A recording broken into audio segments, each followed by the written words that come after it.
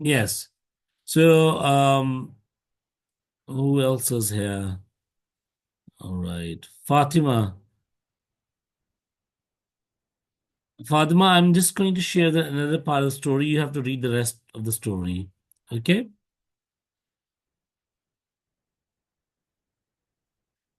So let's see how is the story ended. Okay. So there we go. Let me share this as well. Yes.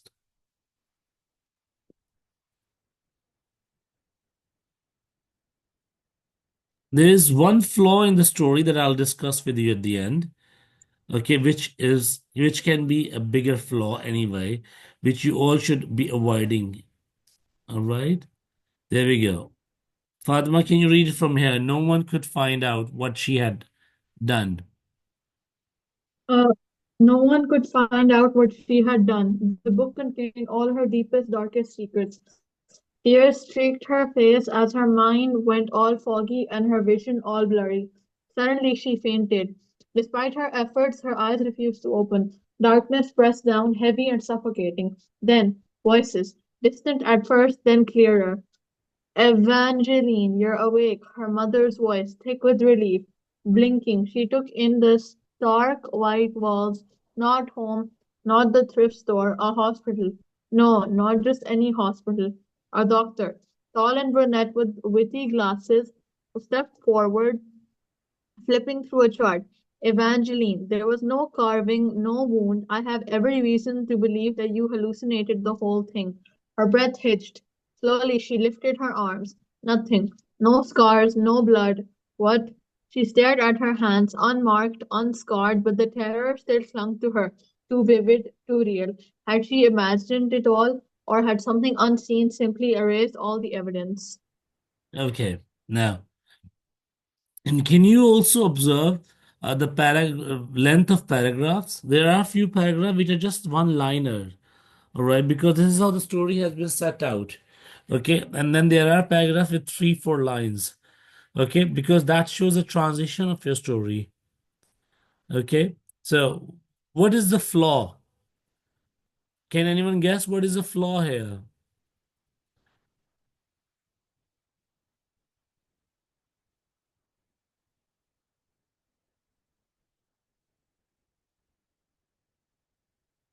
Can anyone please tell me flaw here?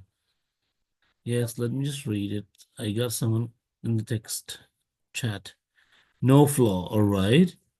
Okay, so the only flaw, yes, uh, the only flaw is we usually tell students not to actually end story with a dream.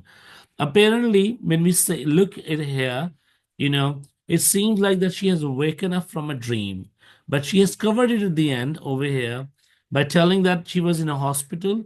So it seems like the character has a very peculiar disease where she hallucinate things and she imagines that something has worst has gone with her, but indeed there's nothing worse with her.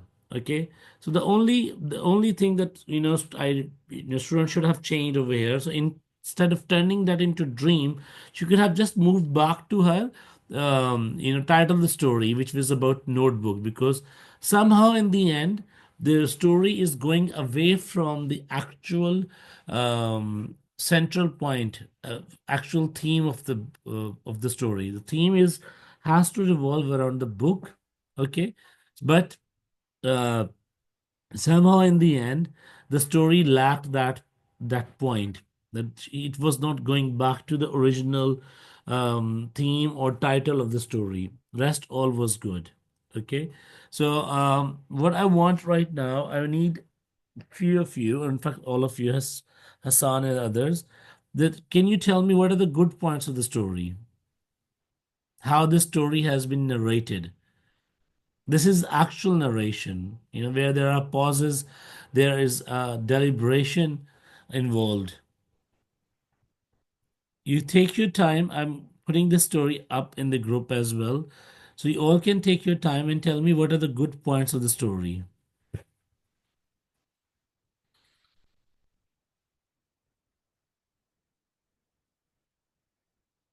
Ali, I hope you've gone through with the story. Ali Azim.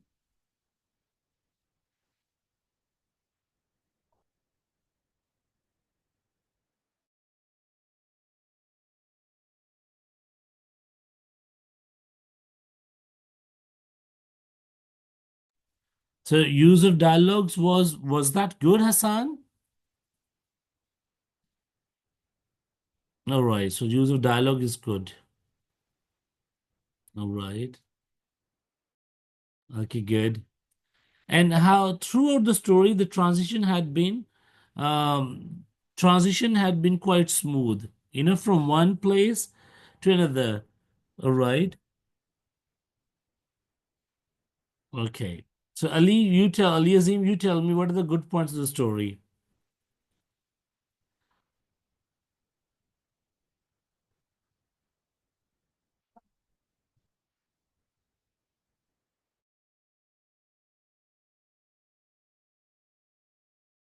Use of descriptive words.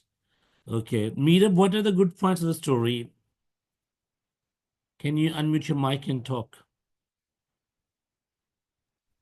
Sir, I already said that the description is very well done, but I Mm-hmm. want to ask you something. Yeah, How sure. do you write a good transition?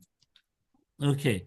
Transition is, how are you moving the plot actually? All right. And transitions are done through paragraphs only. Each paragraph is a definite chapter of your story. When you want to move from one part to another. If we look at this section here, this part of the story, like tears streaked her face as her mind went all foggy, her vision all blurry. Suddenly she fainted. Now, over here, this is a one-liner paragraph. Over here, there things have stopped. Nothing else is there.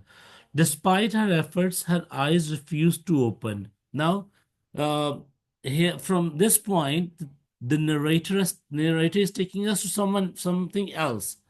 Now, darkness pressed down, heavy and suffocating. Now, now we could realize that what is happening next. Now, these transitions are telling us from one position of, from one setting, we're moving to another one. From one place, we're moving to another one.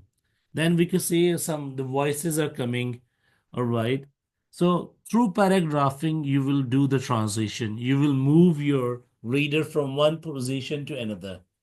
That's how you'll do transitioning. Okay.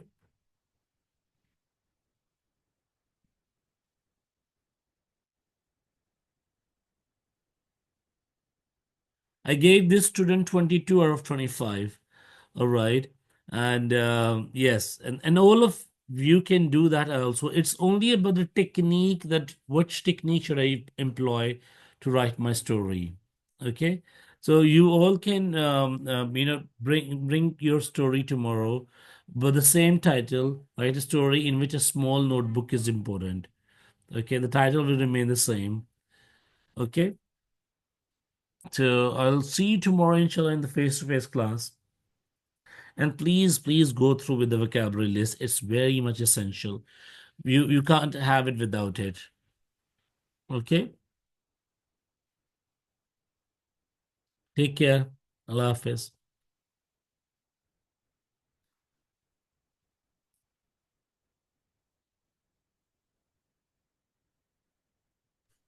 Sir, what's the word limit? Word limit for your story is 350 to 450. Okay, Yes, and sir. 5 paragraphs? I'm sorry? 5 paragraphs? No, paragraphing is your choice. You can write as Oh, many paragraphs as you want. okay, take it. Yeah. Officer. Yes, sure, sure. Allah Hafiz. No, I want you to write. Word limit is 350 to 450. Yes. Okay, take care. Allah Hafiz.